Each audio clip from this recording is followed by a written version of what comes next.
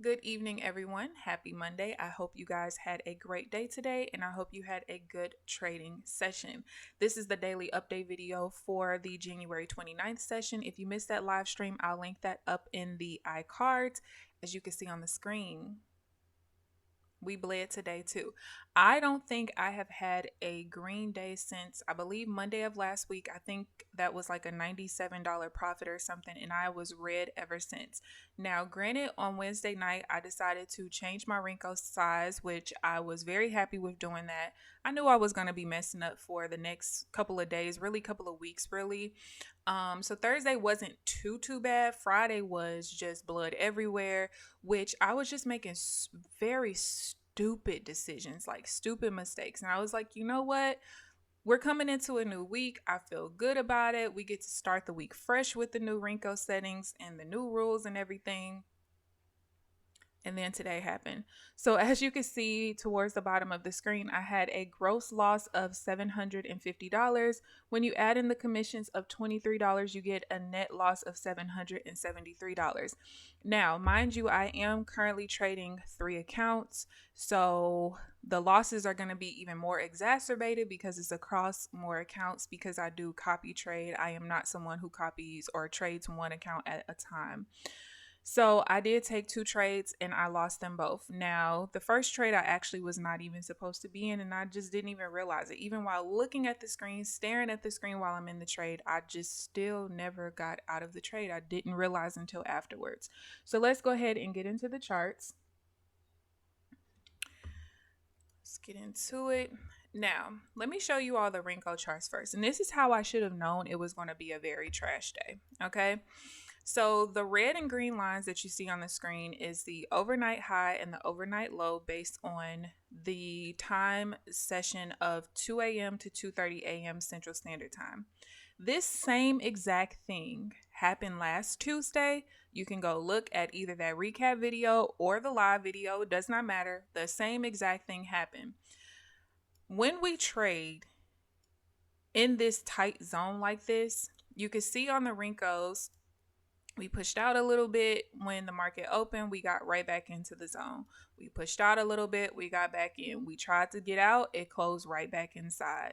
We tried to get out again. It closed right back inside. We got out, closed outside, and got back in. I literally today, I was like, yo, does the overnight high and low just have a magnet attached to it? Because why does the market keep going back here? I don't want to be in this range.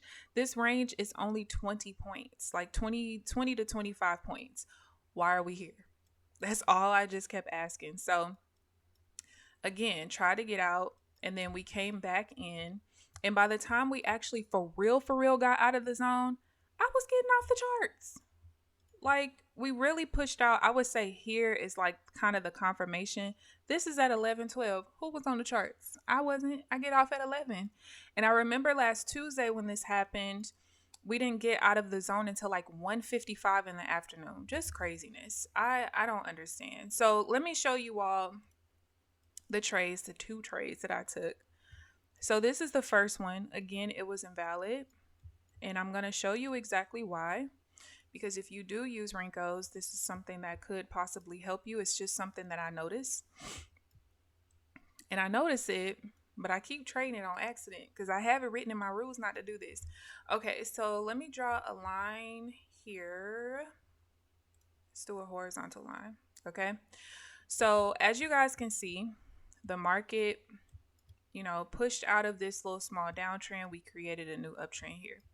So this is now the prime high. Okay, we tried to break. So we attempted to break this new high. Okay, we did not break it. We closed back below it. The next reversal bar closed above it, right? So what I've noticed on wrinkles, at least, I don't know if this works on time-based candles or tick-based charts. That's not what I used. But on wrinkle charts, when this happens, when you're attempting to break a new high and the swing B point closes on it, whether it's the body or the wick, it does not matter. This is what I call a rotation. So if it rotates and you're trying to continue in the same direction, it's almost always going to lose. I got stuck in this so many times before I even started paying attention to this, just like maybe 2 weeks ago. I still continue to make the mistake of trading this because I'm still so new to like paying attention to this. I have little things marked on my chart, like when it's a prime high or a rotation level and things like that. I just being mindless. So the second trade that I lost, I don't even remember what time it was. So I'm just going to scroll until I see it. I do remember that it was a sell. It was divergence off of the overnight high. And yeah, that one lost too. The only thing that I do, and I'm not going to backtest this anytime soon, but I do notice that like if I take divergence and it's near a level like this, if the level goes through the wick of my entry bar, I will typically win that more than if the level goes through the body of the entry bar, the entry reversal bar. So this could be just like a one-off thing, or it could just be because I need to kind of stay away from divergence trades when they happen at a certain level and the level goes through the body of the bar. Could be something, I don't know. I'm cool with that loss, but the first one was definitely on me and it shouldn't have happened. So let's go ahead and get into my accounts. So like I said, we're trading 3 accounts right now. Now, here's the thing. The number 18 account, that one renews on the 9th. So no matter what, honestly, it needs to blow by next Friday. I mean, if I could work my way out of it, I will. But it's not going to be something where I like double up on contracts. Like, let's say that I get this out of this hole and by the end of this week, it's at $800 in profit. One thing I learned from last month, I'm not going to double contracts in an attempt to get the drawdown back to where I want it to be. I've learned my lesson with that because with the way that I trade my accounts, when it renews, I wait a whole week before I start trading it again. So when I did that last time, I technically like lost a week because I was already trading it. So when it failed, it's like, dang, now I've wasted extra time and now this account is gone and I have to wait longer for it to come back. So the only time I'm going to put multiple contracts on is when I'm literally just trying to purposely fail the account so I can get the free reset. I'm not going to try to get my drawdown back to where I want it to be. So that's that particular account.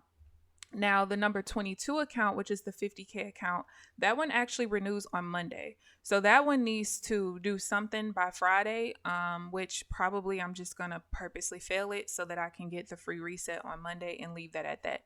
So really this week, honestly, you guys, the only account that I'm really paying a lot of attention to is that second account, the number 20 account. That's the account that I just started today. So it kind of sucks that it starts off red and negative, but that's the one that I'm most worried about. The other two, I'm cool with them failing. Let's reset it back to 0. I'll add it back at some point because my other 25K account will be back next Monday. So it is what it is.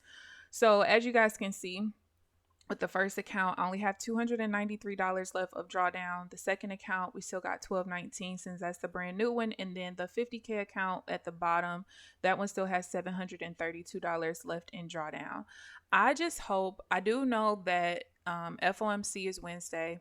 I do know we have some high impact news tomorrow. So I hate when Mondays start off with zero news. Like the only news we had was some tentative news and I forget which one it was, but it's nothing important.